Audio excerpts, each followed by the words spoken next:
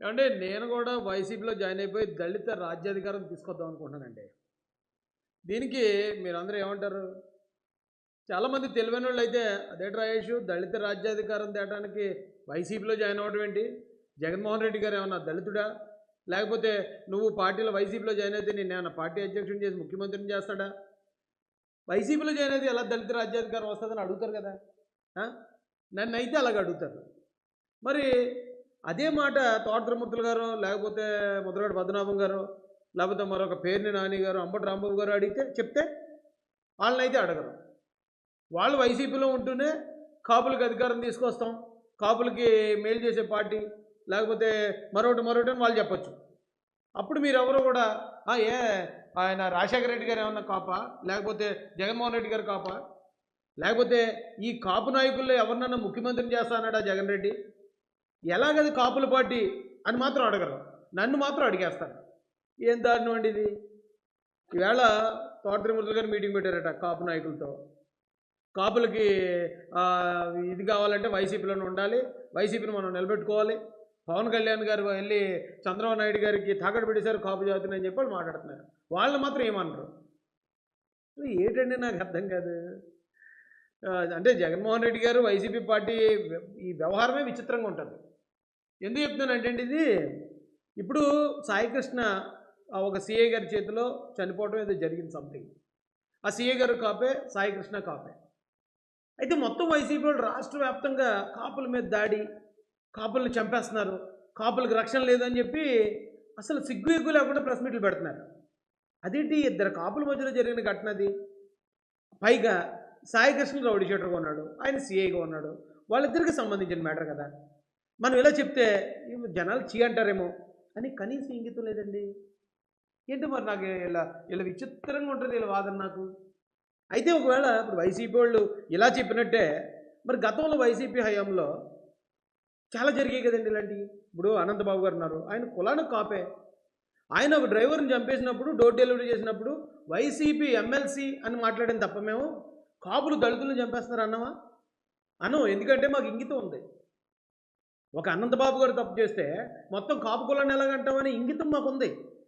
అలాగే జక్కంపూడి రాజా గారి నియోజకవర్గంలో శిరోమండనం జరిగి మొత్తం అన్ని వేళ్ళు కూడా జక్కంపూడి రాజా గారి వైపే చూపిస్తున్నా సరే మేము ఎప్పుడు కూడా కాపులు శిరోమండనం చేశారని అనలేదు. జక్కంపూడి రాజా గారి ఇలాకాలో ఇలా జరిగింది, దాన్ని చర్యలు తీసుకోండి అదే మాట్లాడాం. అవినాష్ రెడ్డి గారు వివేకానంద రెడ్డి గారు మర్డర్లో ఉన్నప్పుడు రెడ్లు అందరూ మర్డర్లు చేస్తున్నారని రెడ్లందరినీ అనలేదండి మేము. అలాగే లిక్కర్ స్కామ్ కానీ ఏ స్కామ్ అని తీసుకోండి వైసీపీలో మ్యాక్సిమం అందరూ రెడ్లే ఉంటారు. అందుకని రెడ్డి కులాన్ని మొత్తం టార్గెట్ చేయాలా? మరి తప్పు కదండి అది. మరి వీళ్ళు ఎందుకు ఇలా బిహేవ్ చేస్తున్నారో నాకు అర్థం కాలే. పైగా టార్గెట్ పవన్ కళ్యాణ్ గారు.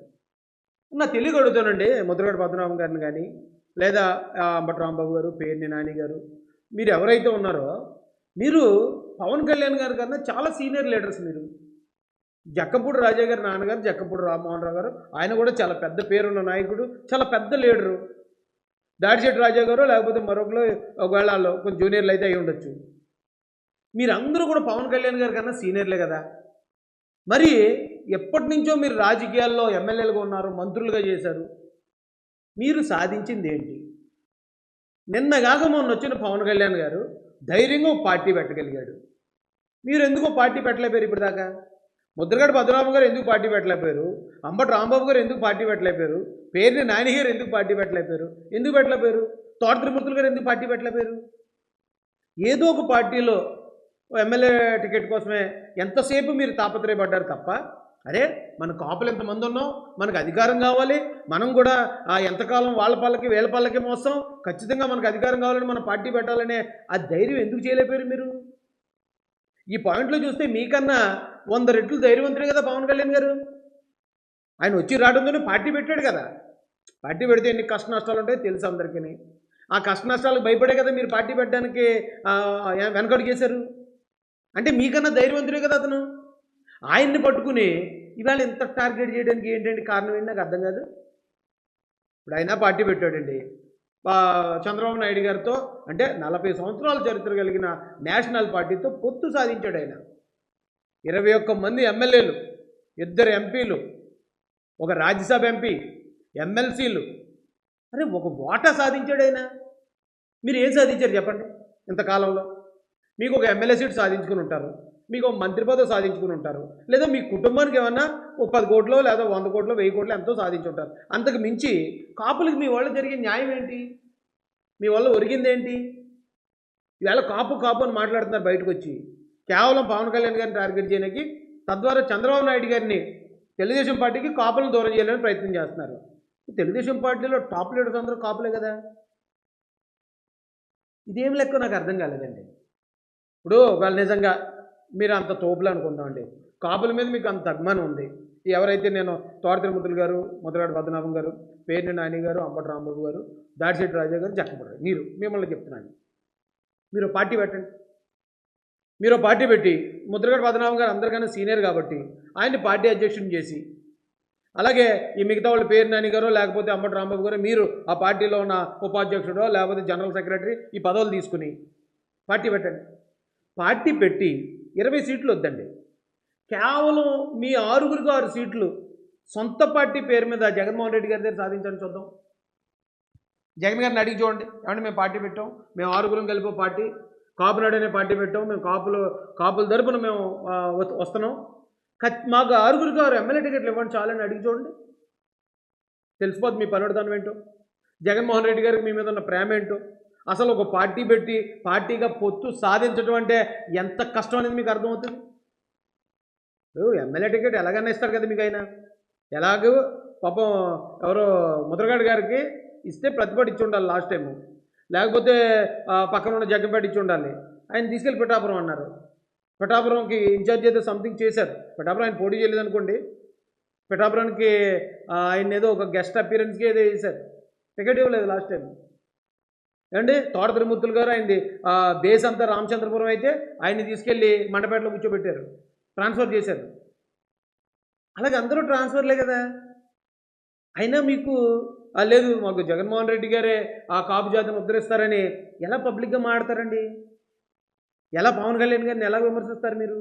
విమర్శించడానికి మీకు ఏ అర్హత ఉంది అసలు? ఆయన పార్టీ పెట్టాడు సరే, చాలామంది కొంతమంది విమర్శించారు అనుకోండి, విమర్శించనివ్వండి, చాలామంది పదవుల్లో ఈ రోజున కాపుల్ని కూర్చోబెట్టారు కదా సొంత పార్టీ పేరు మీద. మీరు ఏం చేశారు? ఏం చేశారని ఈ రోజున ఇంత రాద్ధాంతం చేస్తున్నారండి, నాకు అర్థం కాదు.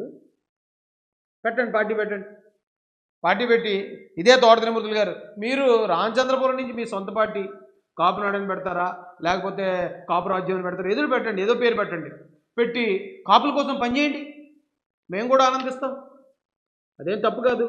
మీరందరూ సీనియర్ లీడరు, అందరూ కూడా మంత్రులు చేసిన వాళ్ళు, ఎమ్మెల్యేలు చేసిన వాళ్ళు ఉన్నారు, పెద్ద పెద్ద నాయకులు, కోట్ల రూపాయలు మీ దగ్గర ఉంది, పెట్టండి పార్టీ పెట్టి జాతి కోసం పనిచేయండి సార్.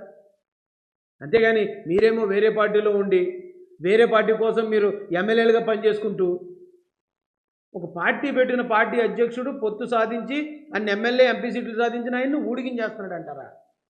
ఆయన అంత సాధించిన ఆయన ఊడిగించేస్తున్నాడు అని మీరు అంటూ ఉంటే మరి మీరేం చేస్తున్నట్టండి? ఒకసారి మిమ్మల్ని మీరు పరిశీలించుకోండి. నేను చెప్పలేండి, ఎందుకంటే మీ అందరంటే నాకు రెస్పెక్ట్ ఉంది. ఒక పార్టీ ఇండిపెండెంట్గా ఒక పార్టీ పెట్టి ఆ పార్టీని ఈరోజు రాజ్యాధికారంలో భాగస్వామ్యం చేసి ఒక డిప్యూటీ సీఎం స్థాయిలో ఆయన కూర్చుని అంతమంది ఎమ్మెల్యేలు మంత్రులు ఈ పదవులన్నీ సాధించుకుంటే ఆయన్ని ఉడిగించేస్తున్నాడు అంటారు. మరి మీరు ఏం సాధించారు? ఆయన నా మాట అనటానికి మీరు సాధించింది ఏంటి చెప్పండి నాకు. నిజంగా ఈ రోజున వెంకటాయపాలెంలో మీటింగ్ జరుగుతుంది, మీ అందరికీ నిజంగా చిత్తశుద్ధి ఉండి నిజంగా పౌరుషం ఉంటే పార్టీ అనౌన్స్ చేయండి. పార్టీ అనౌన్స్ చేసి ఇంకో కాపులో మనం ఇంతమంది లీడర్స్ ఉన్నాం కదా, ఇంతమంది ఎమ్మెల్యేలు ఉన్నాం కదా, ఖచ్చితంగా మనం పవన్ కళ్యాణ్ గారిని నువ్వు పొత్తు పెట్టుకున్నావు అన్నందుకే మనం విమర్శిస్తున్నాం కాబట్టి మనం ఒక పార్టీలో ఉంటూ ఆయన అనడానికి మనకు అర్హత లేదు కాబట్టి మనం పార్టీగా పెట్టి మా పార్టీ ఇండిపెండెంట్గా మనం సింగిల్గా పోటీ చేస్తూ అప్పుడు నువ్వు ఎందుకు పొత్తు పెట్టుకున్నావు అని పవన్ కళ్యాణ్ గారిని మనం ప్రశ్నిద్దాం అని చెప్పి మీరు ప్రశ్నించండి. ఏమో రేపు పొద్దున పవన్ కళ్యాణ్ గారు కూడా మీతో పొత్తులకు వస్తాడేమో, కలిసి ముందుకెళ్ళే అవకాశం ఉంటుందేమో. అలా చేస్తేనే మీకు నిజంగా కాపుల మీద చిత్తశుద్ధి ఉన్నట్టు.